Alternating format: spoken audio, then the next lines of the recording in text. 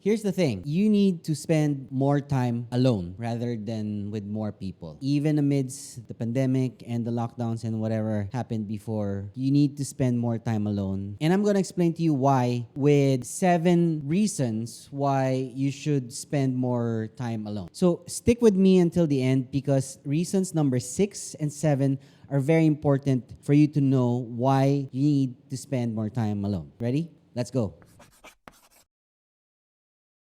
Here's some important phrases that people always say. I'm too busy to make time for myself. And another one, I can't sit still. Like, I need to be productive. I can't just sit down. I need to do something. My hands need to do something. Keep on moving. I can't be still. Well, these are 2 very familiar phrases or sentences that we always tell ourselves and to other people. Part of that reason is that it's like in today's constantly connected world, we're so apart from our friends and family, but we are connected to them wirelessly, like online. I need to call my sister. She's in San Diego, so I just FaceTime her.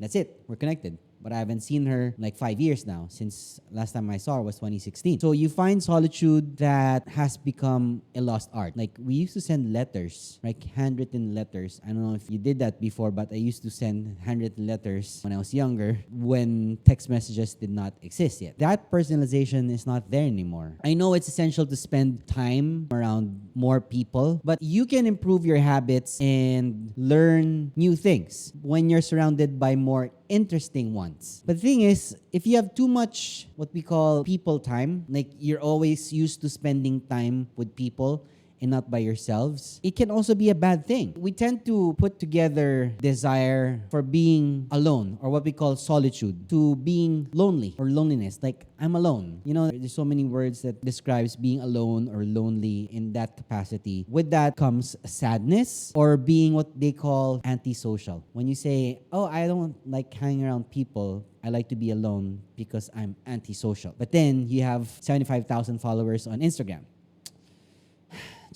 Just that doesn't make sense, right? But when you seek solitude, it can actually be quite healthy for you. And with that, here are 7 psychology-backed reasons why you need to spend more time alone. Number 6 and 7 are very important. So stick with me, okay?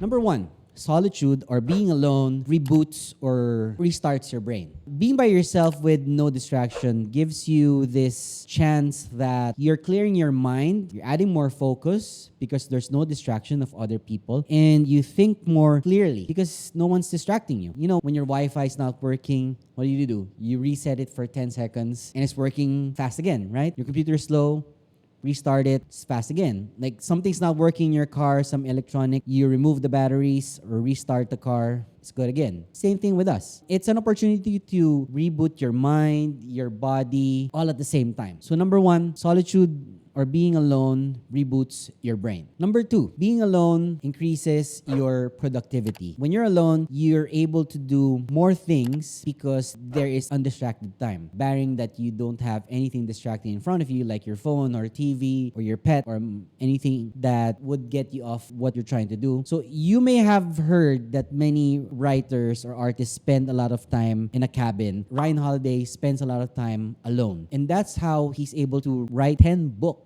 in 10 years' time. I'm trying to write a book as well, but the thing is, it's hard for me to find time to actually write. Like, I spend 30 minutes writing on my iPad, all my thoughts and stuff. But then sometimes I tend to forget to spend 30 minutes a day just to write. So my hat's off to everyone who's a writer and who's able to write books because it's very difficult to do. There's writers and artists that spend a lot of time being alone. Sometimes they go on solitude for a very long time. People do that because workspaces surrounded by people will kill productivity. Working with a lot of people, thinking of something creative actually hinders your creativity. When you're alone, your thoughts are wandering. It's up to you to get the thoughts together so you get something out of it. People perform better when they have their own privacy. Imagine when you're driving or when you're taking a bath, you wish you had a notebook because you had an idea pop into your head. Sometimes I'm in my bed and then I have a notebook and then something pops out and I have to put it on my notebook and write that thought exactly because I think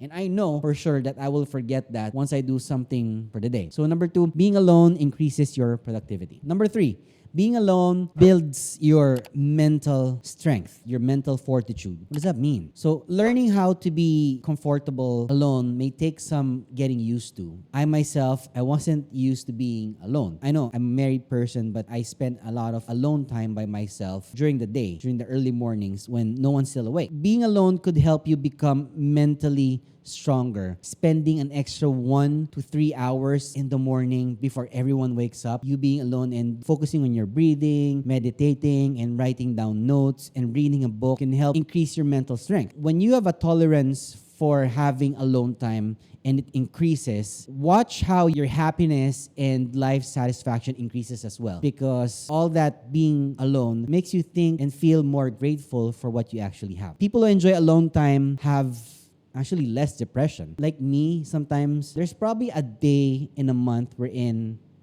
for like a few minutes I feel depressed. I feel sad at times. And it's crazy because you would think I don't feel depressed or something close to it, but I do. But the thing is, I'll do something alone, which is to, gather my thoughts and stuff. Know that I am getting to that point where I'm sad for no reason. And that itself gives me a trigger so that it gets me out of that zone wherein I'm depressed or I'm sulking or whatever it is that I have in mind. So being alone will build your mental strength. That's number 3. And by the way, if you're enjoying this episode right now, subscribe to the channel would be amazing.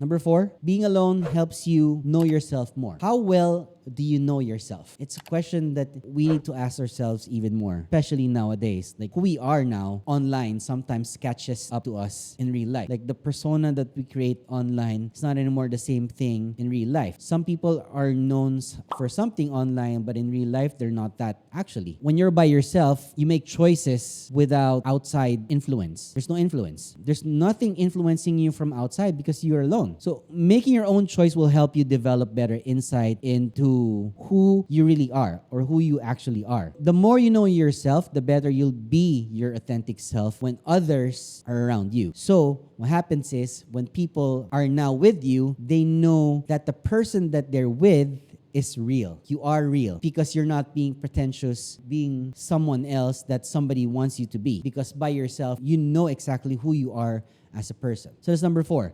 Being alone helps you know more about yourself. Number 5, being alone provides time for you to think more deeply, a little more deeper than usual. Let me explain. So constant interaction with people prevents you from engaging in deeper thoughts. In that sense, it stops creativity and lessens your productivity. So it's actually the opposite. Being around more people will stop you from being more creative and lessen your productivity. Why? Because the creative ones that you see, you get inspired by them more. So it stops you from thinking what you can actually do by yourself. You've put them on a pedestal already that they're creative more than you. So your creativity stops from wandering. Does that make sense? If it makes sense, leave a comment in the comment section down below and let me know what you think about this. When you're alone, that's when more creativity spurns out from your head. So that's number 5. Being alone provides time for you to think deeply.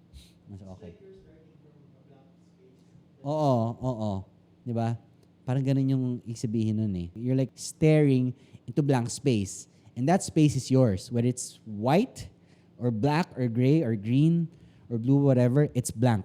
There's nothing in it. So you're the one putting something in instead of you two guys being together and saying, no, I want this to be red. And you say you want it to be blue. So what gives, right? So when you're alone, you have full control of what you want it to be. Let's move on to number 6, which is being alone gives you the opportunity to plan your life. I'll be honest with you, a few years ago, you would think that I have everything set out straight, having a family, handling my business, and everything else around it. The thing is, I actually didn't really have a concrete plan because everything was just running on perpetual motion. Whatever comes in front of me, opportunities, I take it and such. There's no time for me to stop and see what's going on. Like every Monday, Tuesday, Wednesday, Thursday, Friday, Saturday, there's always something going on. And the thing is this really what I wanted? And turns out it's not because I'm just going through the motion of it since I started my business back in 2011. It just didn't stop. And I thought I was doing something that I really wanted, but no, I was wrong.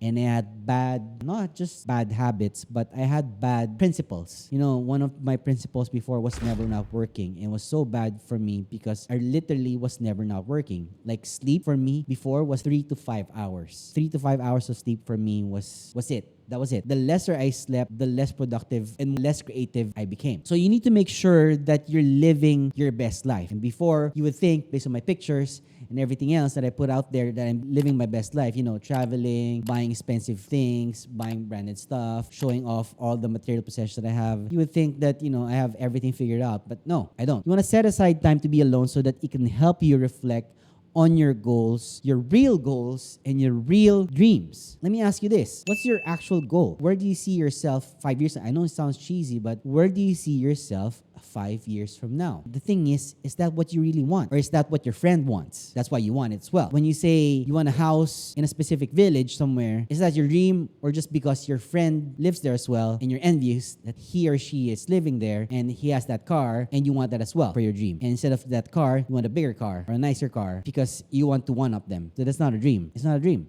It's not a goal. It's someone else's dream, someone else's goal, but not yours.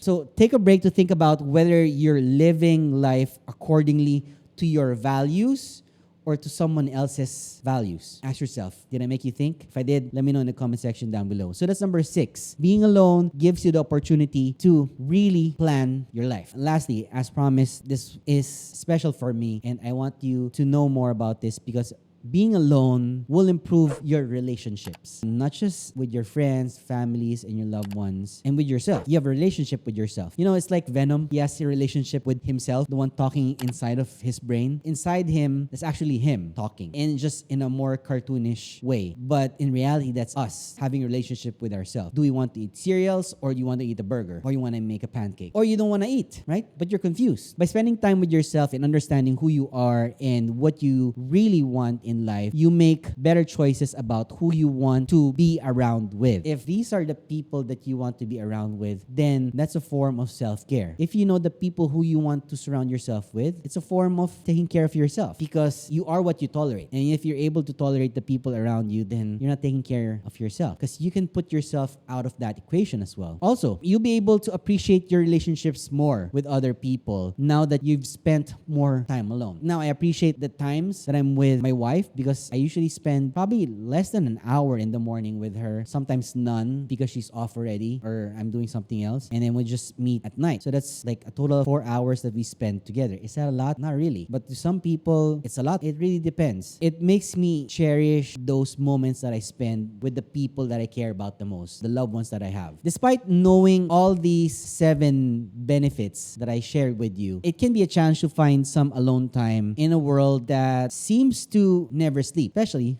your phone. It's right in your hand. So you don't feel disconnected. Even when you're alone, you know, you're in a bank, waiting in line, you're in food, ordering, you never feel you're alone because you're texting someone, you're talking to someone, you're always connected. You can start by removing typical limits out of your mind. Whatever that is, whatever limitations there is, it's up to you. So that's all I have for you today. If you think you found value in today's episode, make sure to subscribe to the channel and leave a comment in the comment section down below. And I'll see you again next episode. Peace.